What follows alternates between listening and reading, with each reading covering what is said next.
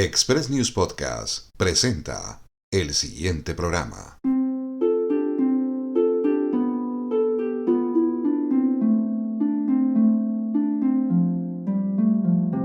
Cómo un joven de Panamá, inspirado por el canal de su país, se convirtió en el primer latinoamericano en liderar la Organización Marítima Internacional, OMI. En este episodio descubrirás la trayectoria de Arsenio Antonio Domínguez Velasco, desde sus inicios en Panamá y sus estudios en México e Inglaterra, hasta alcanzar un puesto que representa un hito histórico para los hispanohablantes. Esta es una historia de perseverancia, preparación y visión global. Iniciemos conociendo qué es la OMI y su importancia en el mundo. Hola, soy Pedro Prado y esto es Migrantes.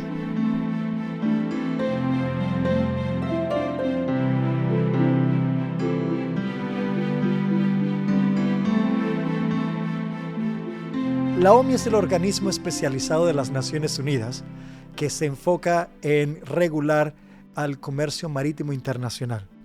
Al mismo tiempo, su misión es de que el transporte marítimo sea seguro, protegido y en océanos limpios. Y es por esto que nuestros objetivos es continuar avanzando en un sistema regulatorio que pueda llevar a esta industria, que es indispensable para todos en el mundo, a ser sostenible y que protege el medio ambiente, así como se enfoque en la seguridad particularmente de todas las personas a bordo de los buques mercantes. Cuando uno habla de la OMI, y usted nos la acaba de definir, uno diría que tienen mucho que cuidar. Estamos hablando de los mares, estamos hablando del agua, estamos hablando, y dígame si me equivoco, de ese 70% que está en el planeta Tierra. ¿Cómo hace esta organización para atender tanto trabajo? Nosotros somos usuarios del mar y por tanto muchas de nuestras reglas se enfocan en proteger y conservar el medio ambiente y en este ámbito los océanos. Pero nuestras reglas también buscan mejorar el ambiente de la atmósfera, el aire. Y es por eso que regulamos las emisiones provenientes de los buques, los gases de efecto invernadero. Al mismo tiempo, también nos enfocamos en la educación y la protección de las personas, de la gente de mar, la gente que está a bordo de los buques. Pero más allá, también participamos y colaboramos con todos aquellos que son parte de la comunidad marítima, aquellos como los puertos, que nosotros no tenemos un enlace regulador directo, pero sí un enlace operacional. ¿Cómo lo hacemos? Con la contribución y participación activa de 176 países de la OMI, así como las organizaciones no gubernamentales y organizaciones intergubernamentales que también participan dentro de nuestro largo y extenso programa de reuniones anuales. Y por supuesto apoyado por un personal muy profesional de la Secretaría de la OMI. Realmente es la cooperación y la participación de todos los países y los participantes de ese sector y el compartir los objetivos. Quizás nuestras ideas y nuestras posiciones sean un poco diferentes, pero los objetivos los compartimos. Y es por esto que trabajamos a diario en mejorar nuestras reglas, mejorar nuestros procesos, en seguir protegiendo a la gente, al medio ambiente y la seguridad de los buques. A veces la gente se sorprende, así como usted lo hace en la pregunta de cómo lo hacen, pero para mí con más de 26 años de estar participando y viviendo con la OMI, es sencillo y es porque nos interesa y sabemos lo relevante que es ese sector. Ahora, y estamos aquí con el secretario general de la OMI, pero con todo el respeto vamos a viajar en el tiempo.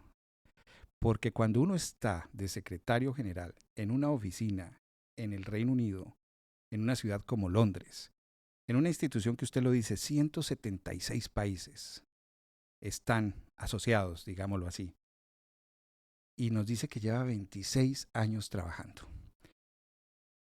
Vámonos a esos primeros años como un latinoamericano, porque hay que decirlo en este momento, es el primer latinoamericano que llega a la Secretaría General de esta organización.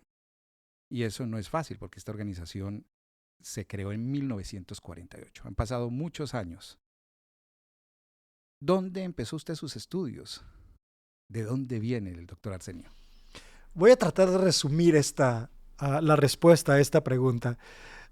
Mis estudios comienzan en Panamá, es donde me formo y de hecho yo no viajo fuera del país sino hasta cuando ya tengo 18 años y es cuando voy a cursar estudios universitarios en México.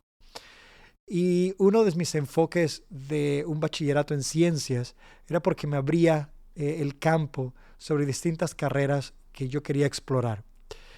Me enfoco en el ambiente marítimo no porque de parte de mi familia, de mi crecimiento, tenga un enlace muy cercano a él, sino porque Panamá como país marítimo siempre ha tenido presente de parte de los profesionales y los estudiantes hacer un llamado para que contribuyamos con ese sector. Y la existencia del Canal de Panamá tengo que reconocer que es uno de aquellos objetivos que yo tenía de poder ser parte de dicha institución y también buscar un estudio que no estuviera en Panamá, lo que me llevaría fuera y de esa forma crecer personal y profesionalmente. Y es así como termino estudiando la arquitectura naval. Esa es la primera parte. ¿Cómo llego a esta posición? Con mucho trabajo, mucho esfuerzo y mucha dedicación. Es un orgullo ser el primer latinoamericano que se convierte en secretario general de la OMI, pero para mí muchas veces más del estereotipo es que de cualquier parte del mundo, de cualquier proveniencia, los principios que tenemos nosotros, esto no tiene que ver con raza, género, nada de esto. Es la idiosincrasia de la persona, la formación, los principios y los morales que las personas se crean desde el principio. Y para mí fue eso. Es haber utilizado todas las oportunidades, formarme, tener y mantener siempre mi integridad y tener mucho interés, porque desde que comencé a trabajar de alguna forma u otra con la organización es donde mientras más la conocía, más me involucraba con el medio marítimo, más cariño y pasión le tomaba. Y es así como siento que después de tantos años de esfuerzo, me sentí muy honrado en que los Estados miembros de la organización reconocieran que yo era la persona apropiada para liderizar la OMI en estos próximos 4 años con todos los retos que tenemos de frente. Usted es de Panamá. Nace en Panamá, donde está ese hermoso canal, el Canal de Panamá.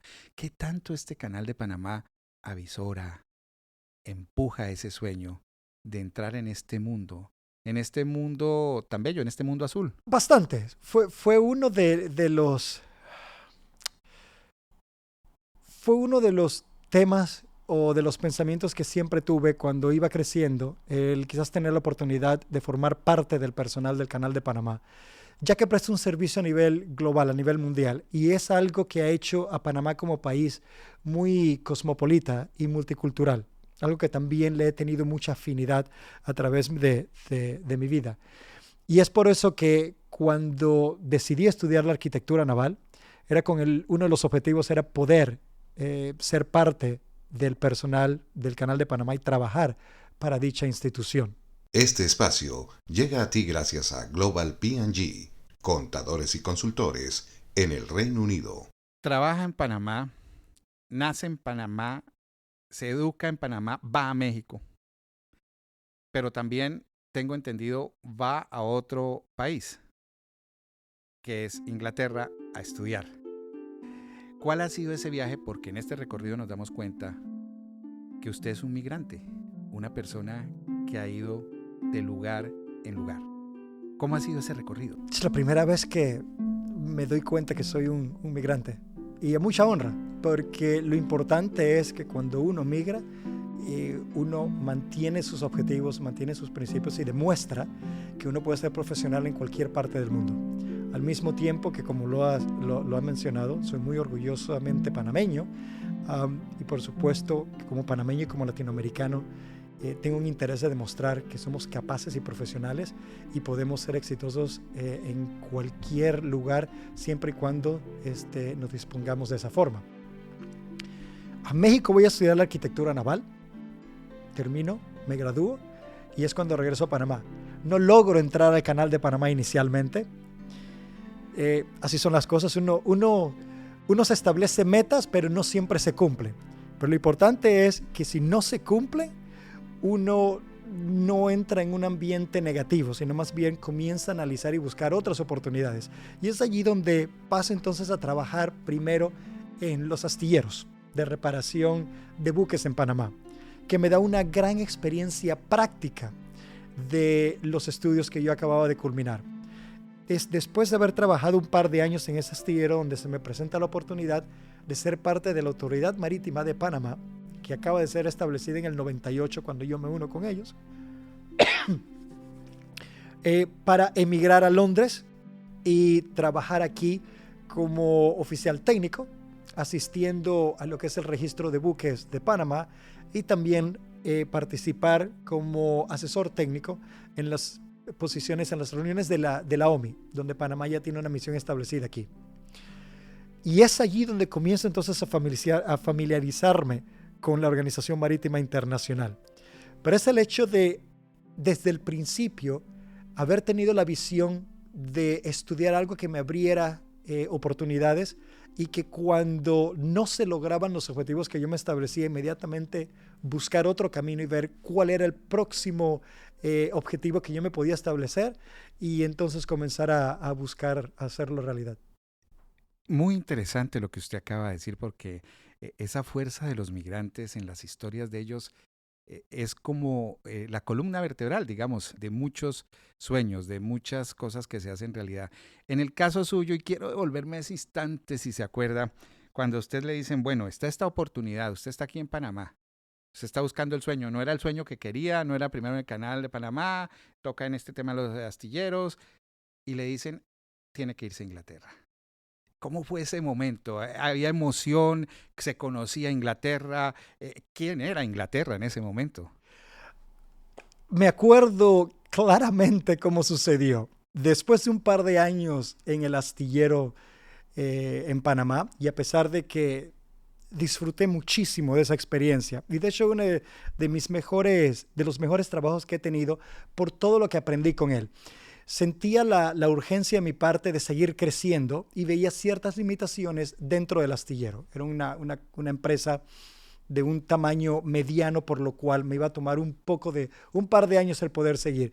Y es allí donde escucho que se están abriendo nuevas oportunidades dentro de la Autoridad Marítima de Panamá, por lo cual presenté mi aplicación.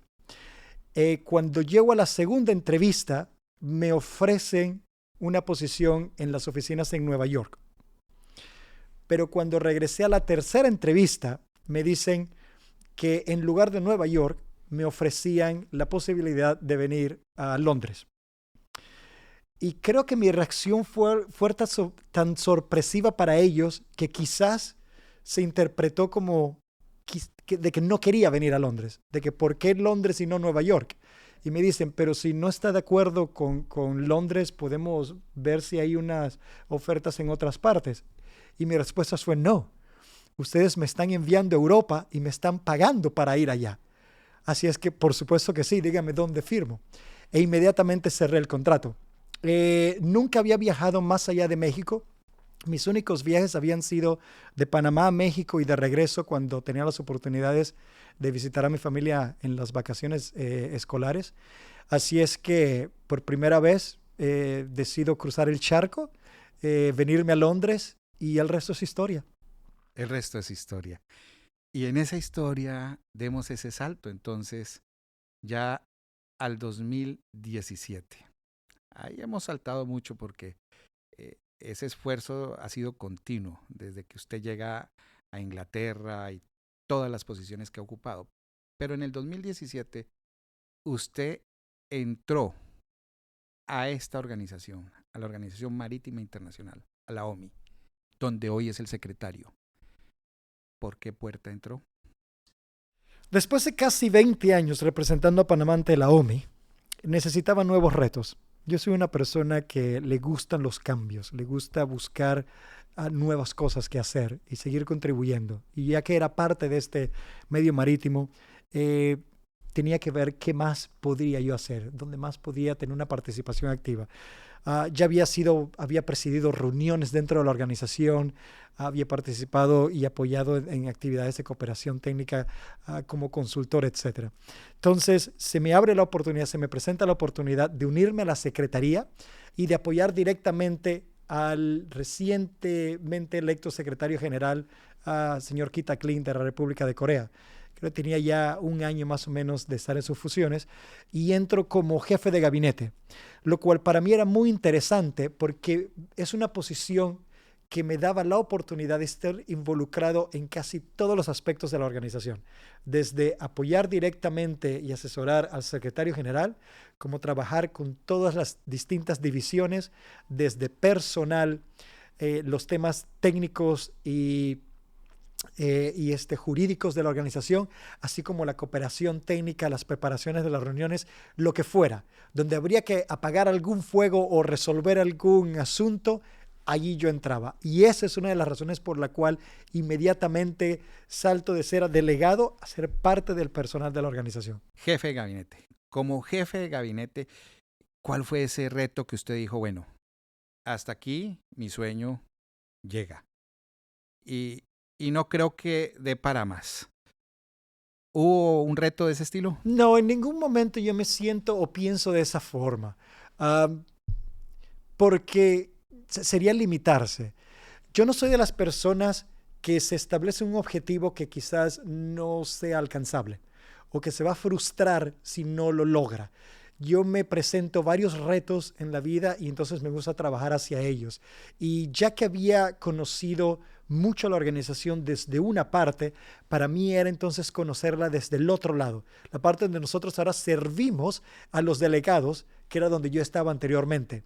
Pero era sobre todo porque una vez que yo inicio como jefe de gabinete, me da la oportunidad de ver la organización desde arriba, pero con otra perspectiva, y comenzar a ver entonces, no como país lo que a mí me gustaría introducir para mejorar la organización, sino como empleado ahora, de qué cambios pueden introducirse y realizarse y van a mejorar entonces la asistencia que nosotros le prestamos a la organización, a los países miembros y a la comunidad marítima en general. Bueno, entonces invertamos la pregunta y convirtámosla en algo positivo. Desafortunadamente ese algo positivo tiene que ver con un tiempo muy fuerte, muy duro en el mundo. Estamos hablando de esa pandemia. Pero usted en esa pandemia ahí tiene un reto muy fuerte. Quienes lo conocen dicen, ahí en las dificultades conocimos quién era o quién es el secretario general hoy de la OMI. ¿Cuál fue ese reto y cómo lo llevaron tan difícil en esos años? El reto de la pandemia del COVID-19 es algo que todos experimentamos por igual. Y cuando yo llegué a la OMI, a pesar de que entraba como jefe de gabinete, por supuesto que mi objetivo principal era asistir y asesorar al secretario general en lo que necesitaba o lo que necesitase, así también como apoyar todos los trabajos y labores de la organización. En el momento que la pandemia del COVID inicia, el secretario general me solicita y me ofrece la posición de director administrativo de este organismo, que estaba vacante en ese momento. Y por supuesto que lo pensé al principio porque sabía que no iba a ser una tarea fácil, pero al mismo tiempo mi convicción de estar aquí para apoyar al organismo, apoyar al jefe del organismo y apoyar a todos mis compañeros de trabajo, realmente me llevó a no dudar en aceptarlo y en trabajar y comenzar adelante. Los primeros pasos fueron principalmente qué teníamos que hacer para proteger y asesorar al personal en algo que todos estábamos aprendiendo y luego también a nuestros delegados. Eso me llevó a establecer relaciones inmediatamente y contactos directamente con otros organismos de Naciones Unidas. Y allí me entero también que muchas veces necesitamos proyectarnos mejor, porque algunas agencias de Naciones Unidas no estaban muy familiarizados con la OMI o qué hacíamos. Pero la pandemia, viéndole los lados positivos a algo tan difícil con lo que todos tuvimos que lidiar, me presenta esa oportunidad de comenzar a explicar qué es la OMI y a promocionarla y a demostrar todas las áreas donde podemos asistir a otros. De allí comenzamos en equipo a comenzar a buscar las soluciones para poder seguir trabajando en nuestro sistema regulatorio, cómo podíamos mantener esa colaboración con los delegados y con los países. Y por supuesto que allí fue cuando todos descubrimos los medios virtuales y que podemos tener reuniones que no sean presenciales y avanzar. Fuimos bastante creativos en cómo nos comunicábamos y establecíamos decisiones por correspondencia, cómo fuimos introduciendo la traducción dentro de los medios virtuales y adaptándonos dentro de lo que podíamos a las reglas y los procesos de la organización, a tal punto que ahora mismo seguimos aprendiendo de esa experiencia y seguimos avanzando en cómo modernizamos la forma en la que manejamos las reuniones, las formas en las que proyectamos nuestras decisiones de manera más abierta, más global y más transparente. Entonces, a pesar de que fue un reto, para mí los retos son interesantes y lo importante es aprender de ellos. Y puedo decir que gracias a esos 2 años que estuve como director administrativo, aprendí muchísimo más de lo que pensaba, de cómo funciona la organización internamente, desde los aspectos de personal, de licitaciones, de publicaciones, tecnologías, las conferencias, etcétera. Algo que normalmente como delegado yo solamente experimentaba y utilizaba, pero no tenía que ir en el detalle. Pero ya en este caso me creó un panorama totalmente completo de la organización, por lo cual cuando avanza el tiempo y me convierto en uno de los candidatos a ser secretario general de la OMI, es una de las áreas en las que yo hacía mucho hincapié, y era que traía la experiencia de afuera y la experiencia de adentro, y estaba preparado y listo para no iniciar un trabajo, sino continuar e introducir las mejoras necesarias en el menor tiempo posible.